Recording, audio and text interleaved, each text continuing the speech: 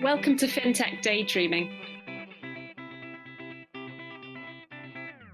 the podcast that dives into the world of banking technologies and the ever-changing landscape of fintech companies. We bring you real-life examples from global and local thought leaders, as well as experts working within the financial industry, and seek out the best stories from the front lines of financial services innovation, where dreams of industry pioneers meet reality. Hosted by Krogdahl and Ville Sointu. This is Fintech Daydreaming. Hello and welcome back to Fintech Daydreaming. And I do say back because, of course, you are a loyal listener already, and this is just another episode of Nordic Fintech Highlights that you're joining us for today. I'm Ville Sointu. I will be guiding you through this episode of Nordic Fintech Highlights. But as always, I'm joined by my good friend and co-host, Paul, and then, of course, Janne. But let's start with you, Paul. How are you today? For all intents and purposes, I'm good. I've been dealing with a little bit of a sick family over the last couple of days. You know, it is that time of year where everybody's ending up with a cold or flu or some sort of illness. And it seems to have passed on to me. It's difficult when you feel that you want to look after your family and help them as they are feeling sorry for themselves. And I fear that I'm heading rapidly towards that doomness of man flu. So let's see how I am in the next couple of days. But at the moment, I'm good enough to join you and talk sensibly about the wonderful world of fintech and banking technology in the Nordics. All right. So if you kind of crash through in the middle of it, then we will know exactly what happened. Gotcha. We also spent a lot of time together last week, Paul. So I hope I'm not coming up with anything, even though I do feel a little bit sore in my throat. So let's see how this recording goes. Other than that, so thank you for asking. Yes, I'm doing fine as well. Of course, but the only downside being that now that we have the end result of the Super Bowl. It didn't go my way, but again, we were just my team Patriots was just happy to participate, I would say. But anyway, it's just like in Star Wars. In Empire Strikes Back, the young Luke Skywalker wasn't able to beat Darth Vader quite yet, but we will see about the sequels. So again, hopeful for next year. But Janne, I mean, how are you doing this week? I'm very well actually. I'm took a bit of a head start to the winter holiday, which is officially next week in Helsinki area. But I'm right now at Vierumäki doing some skiing and sauna and stuff like that, and it's actually a pretty nice winter week. Cool. Vierumäki, that's like the place where the Finnish national skiing team practices. Is that right? Yeah, maybe once in a while if they have enough snow, but. Yeah, I suppose the skiing team practices a bit around the world where they have snow, but especially hockey players and many other athletes, they spend a lot of time here. Yeah. Yeah. Okay. Yeah. So Finnish athletes in general Yes. practice there, and you being a Finnish athlete as well. So yeah, good to know. We're in the middle of the Winter Olympics right now. It's not looking great for Finland right now, but let's see how that turns around. But let's get on to the fintech topics of today. I believe that our listeners are more interested in those, so let's get that rolling as well. We are talking, of course, about January Nordic Fintech highlights, and at least when I looked at the amount of let's say news items and announcements during January, it seemed to be a pretty slow month. But Janne, what would you lift as the kind of key statistics and highlights from January? Well, yeah, you're correct. Perhaps first 1 or 2 weeks didn't happen much, but then I think after all we had quite a positive month. Especially now on the funding side, we see that there were a pretty decent amount of funding rounds, even also big ones. Including Lunar. We will dig into that bit later, but that's I think if these big unicorn neobanks keeps on getting more money, so that's usually a good sign. Overall, if we want to think that how January is going to define the year, so not very surprisingly, there were a lot of news, both partnerships and launches around peer-to-peer payments, account-to-account, real time, and so on. So that's really like the payments infrastructure is something that keeps on rocking from from year to another. So yeah, nothing too surprising here, but I guess that's what we're going to see very much as well this year. Yeah, indeed. The January slowness, I guess, is predictable, but again, we did see something interesting, and we indeed have picked three interesting articles we're going to talk about a little bit more in detail as we get into this conversation. But before we dive deeper, we do have the tradition that we need to get out of the way. Sometimes some people say unfortunately, some people say fortunately. Let's see how it turns out this time. And that, of course, is the fintech joke of the week. So Janne, I believe you're geared up for this task today. Yes, I am. Sorry. Okay, let's go. Okay, so a person applied for a job as a portfolio manager in a bank. The recruiter wanted to stress the applicant that this is a serious job. So he asked, "Can you perform under pressure?" "Even better, I can do Bohemian Rhapsody." Oh no, that was like fintech or banking adjacent. But anyway, we'll accept it. Okay. How did you like that, Paul? I thought that was fantastic. Yes. It brings back memories to when I used to enjoy listening to those songs on repeat in my younger years. So thank you for the trip back down memory lane there. Yeah, and I mean now of course me and everybody else has this playing in their head as we speak. But anyway, let's move past from that. Great, and that means that we will get into the fintech highlights, the news that we picked, and let's start with you, Paul. So again, which of the stories did you pick to talk about today? I found one that I actually thought was interesting, very interesting. Like you said, there wasn't very much that happened in January, but there were some big things, and we've got a poster child, I would say, when it comes to fintechs in the Nordics, and that's our good old friends Klarna, which started off as a small, almost you could say, invoice or request to pay solution in Sweden, and has continued growing and growing. And they got a banking license, they became officially a bank, very much focused around buy now, pay later. And they've taken a move, which I think is a logical next step move. They've moved into peer-to-peer payments. So they're taking on the space that is dominated here in the Nordics with mobile pay, VIPs, etc., and also stepping into that same space. A couple of interesting parts on this. They are, first of all, launching this across a number of countries. I think it's about 13 countries. Yeah, 13 I'm looking here. So this is not just for one country in the Nordics. It's across a number of countries in Europe. US is not on the list at the moment. At the moment, what they're saying is that it will only be within side of the Klarna ecosystem. So one Klarna user can send money to another Klarna user using their phone number or QR code or email address, very similar to all the other peer-to-peer players. But they are stating that they're going to really move into a platform-style solution where they're going to enable not only cross-border payments, but also payments to non-Klarna users, which I think is really interesting. This is something that is going to start shaking up the playing field when you suddenly can, from a Klarna app, send money to someone who's not an active Klarna user. The other thing that's obviously interesting in this is at the moment, they're saying that the way that it's going to work is you need to have money on your Klarna account. So, Klarna being a bank, you need to have money associated with it.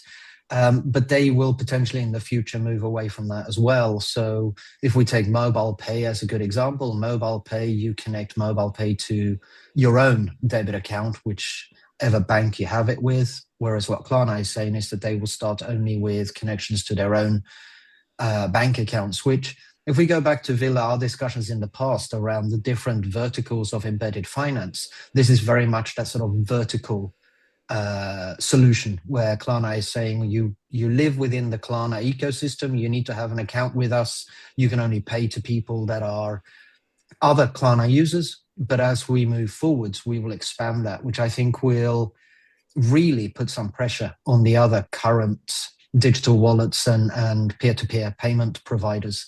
So I think this is really exciting. I also have a sort of switch to something I very often comment on when we look, particularly in Finland, where I talk about e-passi, and I keep saying that what is it going to take for e-passi to start doing peer-to-peer payments? And you can see a sort of merge here to a certain degree, where Klarna as a bank is starting to move. I'm still wondering about whether e-passi is sitting here looking at this saying, is there an opportunity we're missing here? And with Klarna stepping in, I think this is going to become a very competitive playing field going forwards. Yeah, a lot to add on that. But before I go to my views, Janne, I mean, would you use Klarna for person-to-person payments, or is the space already occupied in your life? Well, maybe globally, I suppose like peer-to-peer payments are becoming like, texting nowadays. So you actually have a plenty of options. You can use email or SMS, or then you have 1,000 different apps, instant messaging apps, and someone is using something and somebody else is depending, of course, on the region, preferring different methods. So I think the payments space is getting a little bit the same characteristics. So people prefer something, and then there's of course the regional things, and of course Europe and Nordics. We have already certain platforms that we use quite regularly, but then again, maybe Klarna would be something because they have a pretty huge network on the Western Hemisphere. So maybe if I would move money to my US friends, so perhaps that would be the go-to option in a couple of years or so. Yeah. And I think a couple of key points there as well. First of all, the person-to-person payments or peer-to-peer payments, depending on how you want to see them, they're a loss-leading feature. So there is no money to be made as a payment service provider or a bank in person-to-person payments, because they are either regulated to be free, or indeed the market expectation is that they are free because the way these have been built historically.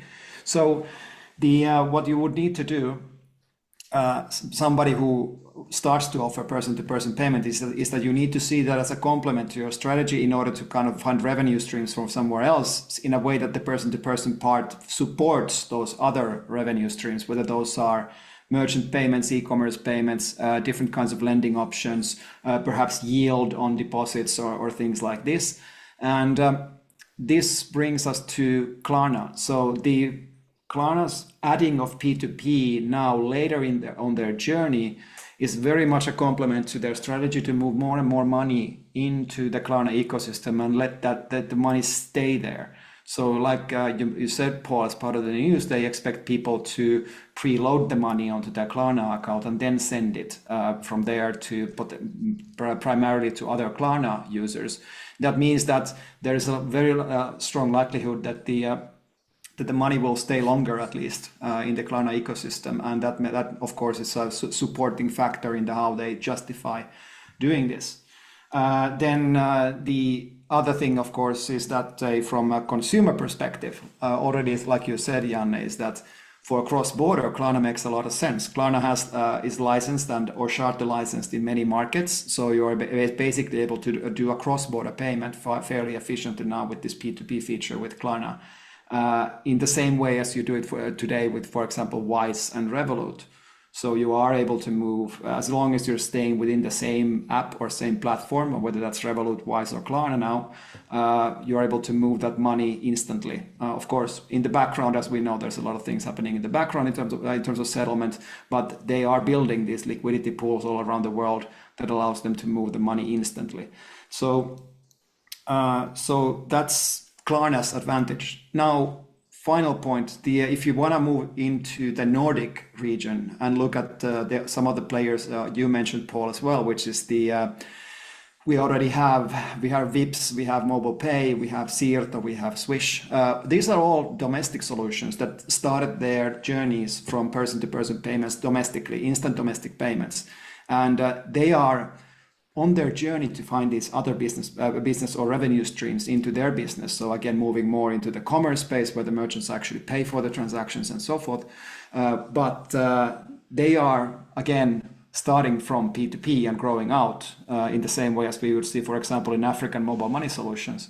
But again, Klarna is adding this feature later because they have already established a certain amount of business and a new strategy. So adding P2P is a kind of logical continuation on that journey. And maybe even a safer bet for them, of course, because again, they already have multiple revenue streams that they use now that they use the P2P now to support.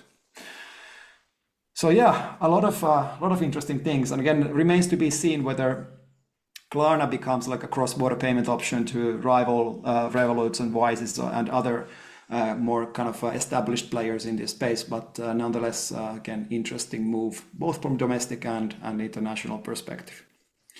So Paul, does that align with your thinking when you read the news? It does indeed. Yes, absolutely, 100%. All right, good. But moving on, let's move on to the next article as we always do. And Janne, I think you're up next. So what did you pick? Yes, so I already mentioned in the beginning that Lunar has been raising some more money. So Lunar is obviously the Nordic neobank and also has a unicorn valuation. It's a Danish company started in 2015. And now they raised 46 million euros.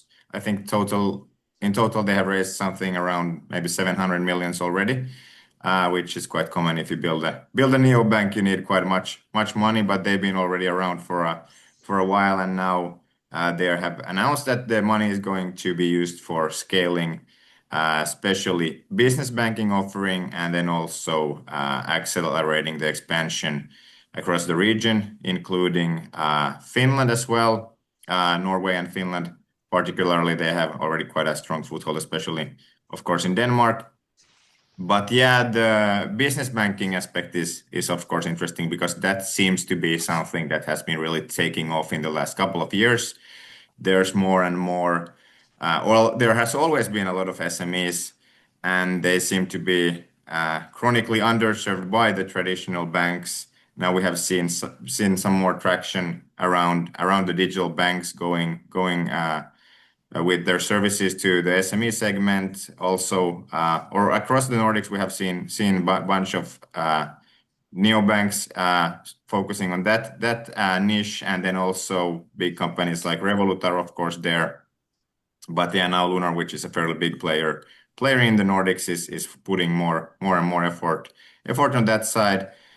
Which makes a lot of sense. It's a huge segment, and then again, in terms of digital banking, so of course the businesses are also willing to pay for good services, which makes their lives easier, unlike maybe the consumer users.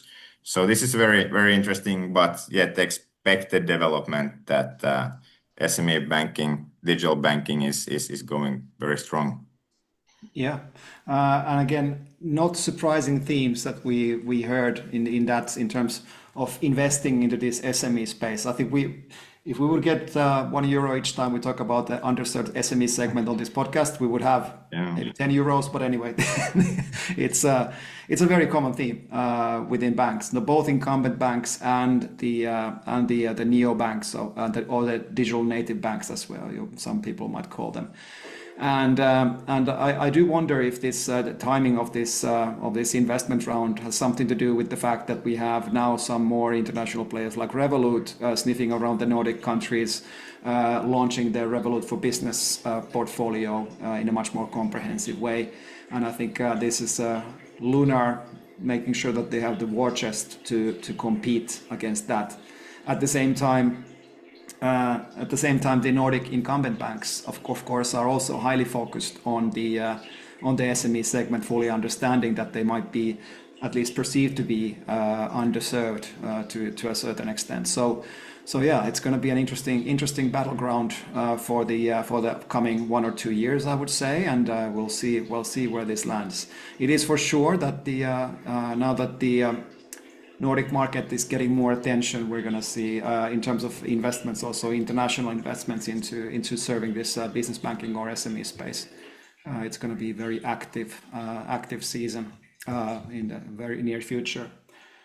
Paul, what did you think about Lunar kind of enriching themselves for the upcoming years?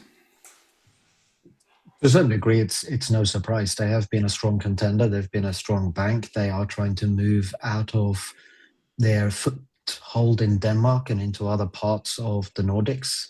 Like you said, it is a challenge towards Revolut and some of the others coming in. Another thing that's interesting about Lunar is the direction they've taken, very similar to Starlin did in the UK. So if you look at Starlin, they took their capabilities and launched Engine by Starlin. And Lunar has done something very similar, launching Moonrise by Lunar, which is them externalizing a banking as a platform type capability. So I'd be interested to know how much of this investment potentially will filter through into what they're doing with Moonrise, which I think there's not very many players in the Nordics. They are potentially a strong player in this space as well. So interesting, very interesting. I agree with what you were saying, Ville. Yeah, I think Lunar is doing a few things, or they have observed some things in the market, and that they are kind of moving into that. And that's, of course, the what you referred to as well, which is the kind of embedded as a service offering, also from a platform perspective. The Nordics is a very interesting market, also from the point of view that it's basically 4 major markets, and you could say Iceland as well. And each of them have a different currency. They have a different set of legacy payment rails to a certain extent, even though there's a lot of harmonization happening as we speak and for the past couple of years, but they remain still fairly fragmented in terms of if you integrate to the Finnish payment ecosystem, you still need to do a lot of work to do the same in Sweden, for example.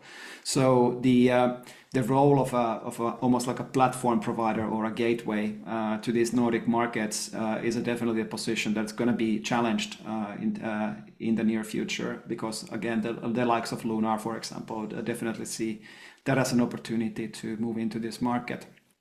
Of course, there's going to be an interesting angle again. What is going to be the response of the incumbent banks once this competition really intensifies? Once we get the Revoluts of the world moving here, and then Lunar starting to use their war chest to be more relevant in the market as well. Yeah, I could just briefly add to what Paul said. So yeah, Lunar, what they are doing is that they are doing embedded finance and providing their platform to other financial institutions through the Moonrise. But then on the other side, they're also utilizing other service providers like now Cred and Fraud, I think, to provide loans to their own customers utilizing other platforms. So they're doing that kind of open banking 2 ways, which is really interesting. A great example, and I think it gives also them an edge here, as they are a neobank, which also provides pretty decent loan offering to their business customers.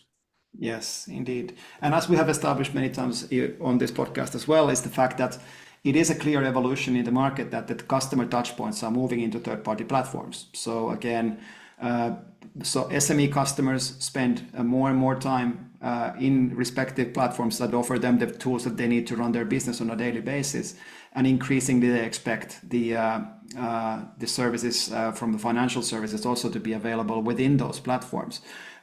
We've had this discussion with Alisa Bank many times, and again, this theme seems to be repeating itself.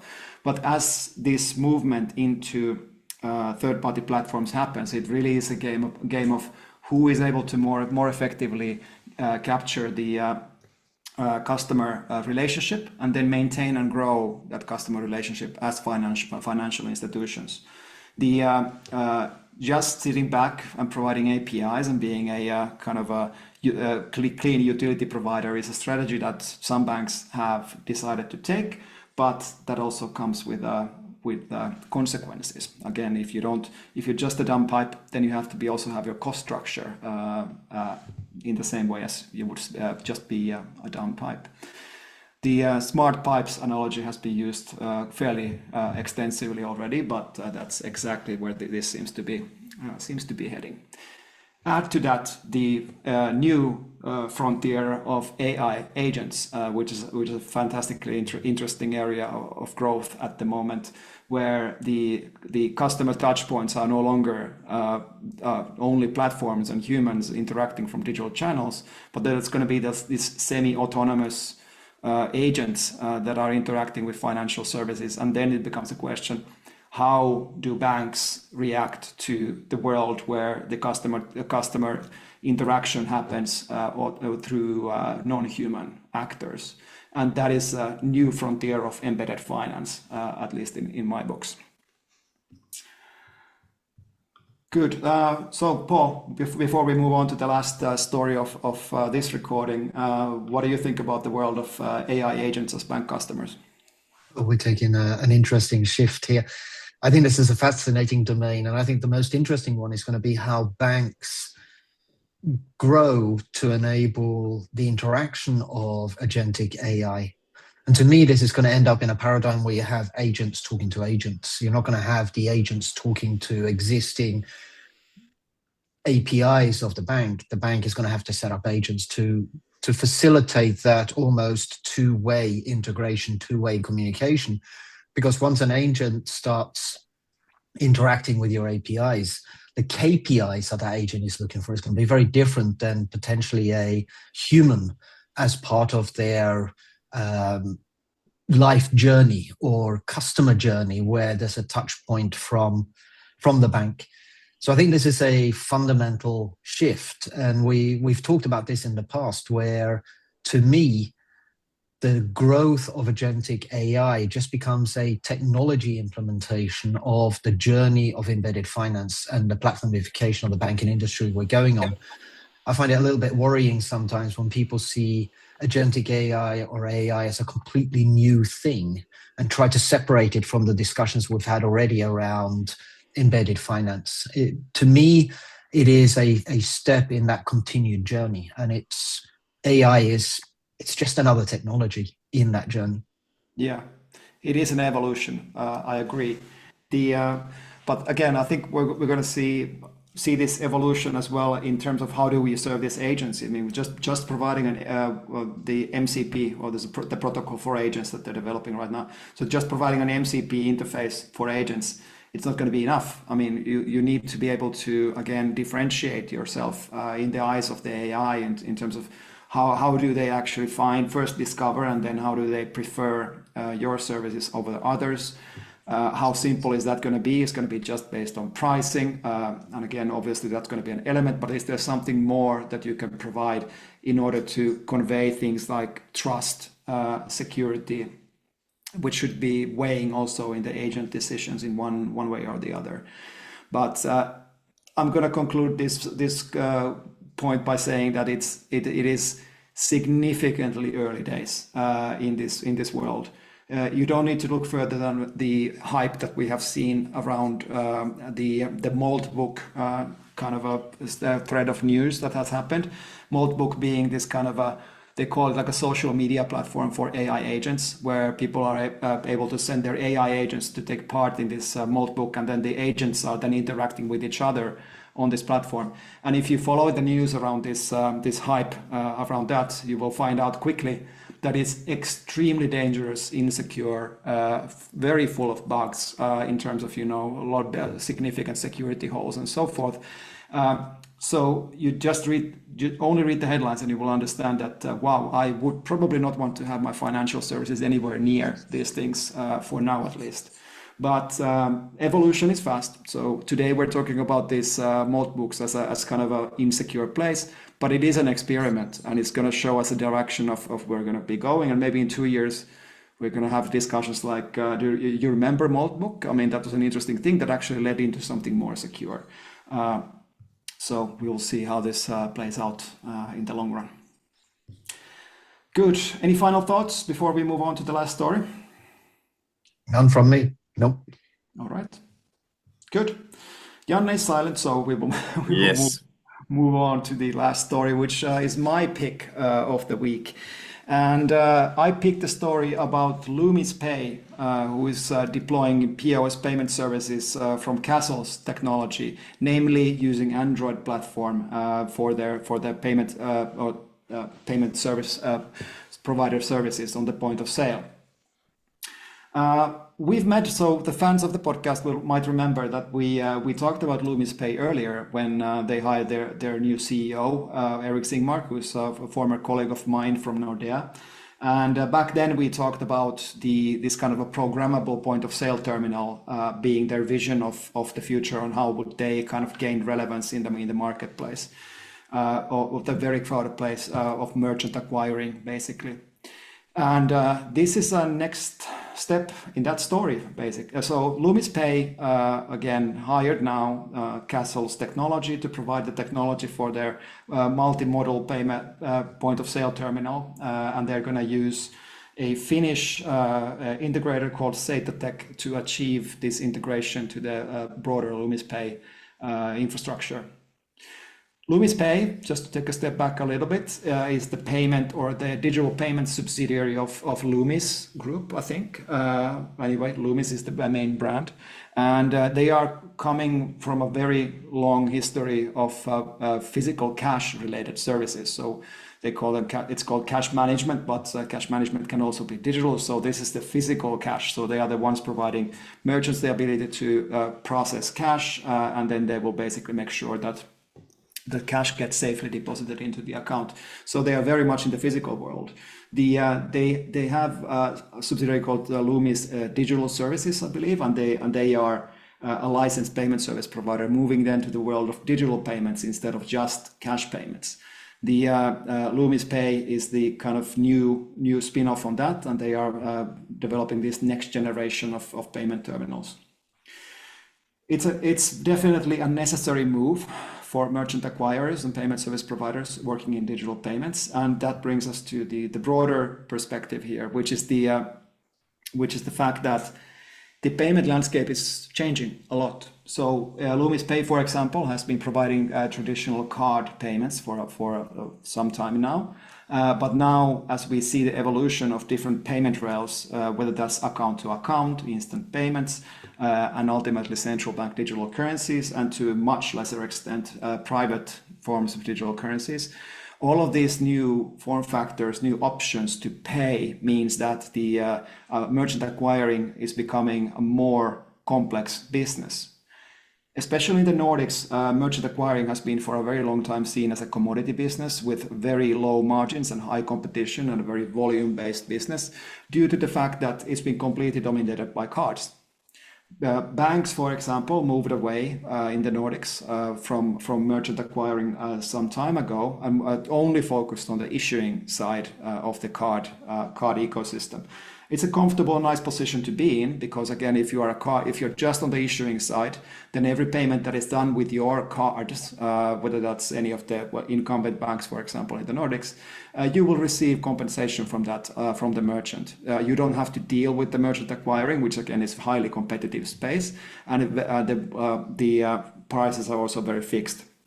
Now, with account to account, this is changing. There's a high expectation that the issuers might not see similar kind of revenue coming in for just being the provider of the account in the background to make the payment, and this lifts the necessity to basically work closer with merchant acquirers as these new value chain models are kind of emerging out of this.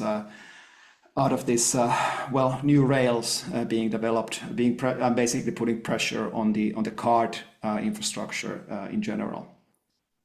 So the Loomis Pay play into this and how to be that merchant acquirer that is making all of these new rails possible is by making sure that the platform is open. Moves us into the point that Castle's technology is providing the Android ecosystem for this point of sales.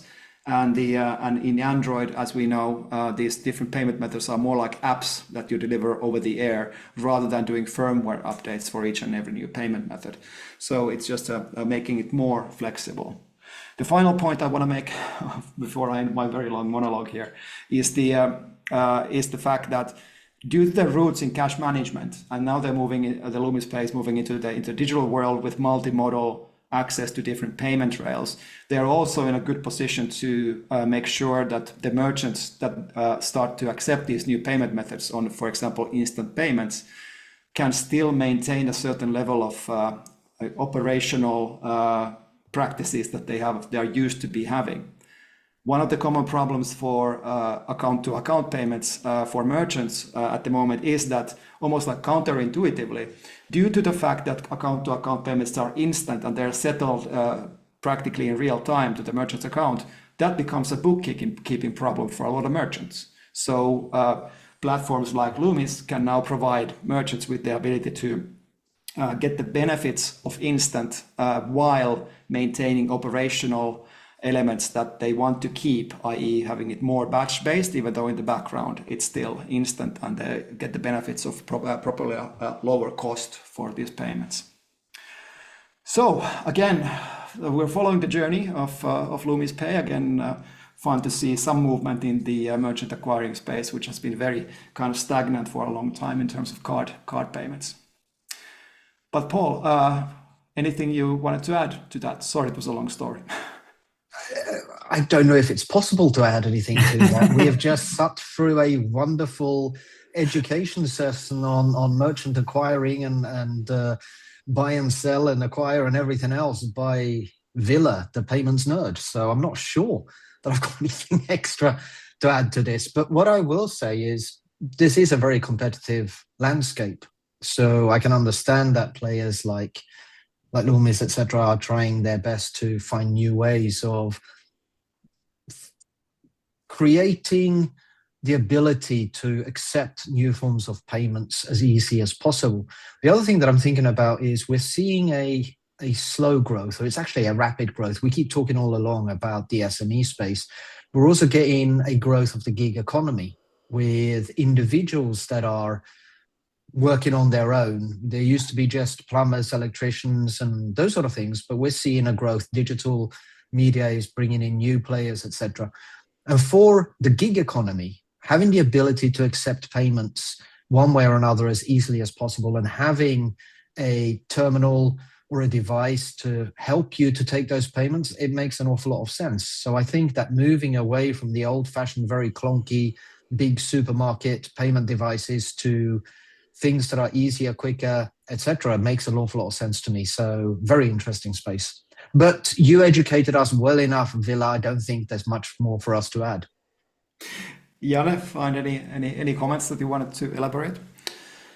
Well, yeah, you covered pretty much everything, but I gotta say that after this kind of development, even in Germany, they shouldn't have excuses that they can't accept card payments because, everyone could have it in their phone. That's true. It's so funny. I mean, we were at a conference last week, and we had some colleagues joining the conference that took the taxi to the venue. This was in Germany, and the taxi drivers still literally do this kind of a trick that they always use, mostly in Germany. I've seen it other places. Well, it's like, yes, I accept card payments. So when you ultimately get to your destination and then you actually need to use the card, they will say, oh, but now I need to start the terminal. So that they very slowly go to the trunk and they open the trunk and then they dig the trunk and, behind the spare wheel or whatever, they will find an old payment terminal. And then they slowly start to plug that in, making sure it takes forever for them to do that in hopes of hoping that the customer will pay with physical cash and then they can continue on with their days. But that literally happened. Some of our colleagues still today. Now, the mobile point of sale, or basically making your regular off-the-shelf Android phone or iPhone, for example, into a payment terminal is clearly a trend that will increase these small merchant or gig economy workers' payment acceptance capabilities, and it's a very valuable proposition for them. The interesting part about this Loomis thing is that they are expanding beyond that mobile point of sale. So they're trying to move into, the payment terminals we see in like supermarkets, the kind of industrial grade payment terminals. that they would also become more like smartphone platforms through Android in this case. And what are the benefits there? We are still some distance away from those things, because again, if anybody goes into grocery stores here in the Nordics, you will find that it's very kind of classical point of sale terminals that you tap your phone or watch or card towards, because that's the way it's worked forever, reliable, fast, and so forth. But interesting to see if how the account to account and that world will shift these economics and dynamics in the future.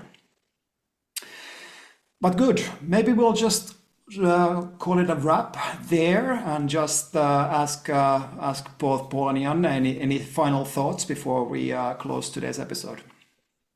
No additional thoughts from me. Another round of good discussions and educational information. Indeed. Janne, any final thoughts? Yeah, great discussions again, and thanks for the listeners. Now we had it for the first time at LinkedIn Live, but then of course you can also watch it afterwards. But we'll have a lot of Nordic FinTech highlights related stuff coming up in the future. As usual, of course, the monthly episodes. And all of this will come together at the Nordic FinTech Summit on May 21st, where we will have a dedicated stage for the Nordic FinTech highlights, where we will bring on stage all of these interesting cases we have been, or some of them, not probably everyone, but some of the interesting cases we've been covering here. Let's see if we can maybe ask Loomis or Lunar to join as well. And also great to have you guys hosting some of the stage programs. So looking forward to May, and hope that all of our listeners will also put it in their calendars and join if possible in Helsinki. Indeed, great. And we are working hard to make the Fintech Daydreaming merch happen. So for those of you following on the YouTube video, you will see Paul wearing our Fintech Daydreaming t-shirt. We will see if we're able to expand that and maybe make it available for the loyal listeners as well in one way or the other. More news on that potentially in the future. But meanwhile, keep on listening, keep on giving us those 5-star reviews and comments on any of the platforms, and on YouTube especially, like and follow, or put the notifications on in YouTube, because that actually makes it much easier for you, of course, to discover the new episodes on YouTube, but also helps us with the algorithms. Seems to be that this world is today being run by algorithms, so we need to kind of play this game on our behalf as well. With that being said, we've had a lot of monologues, a lot of discussion. Hope you learned something. At least for me, it was a fun discussion as always. And with that, this has been Fintech Daydreaming. This is Fintech Daydreaming.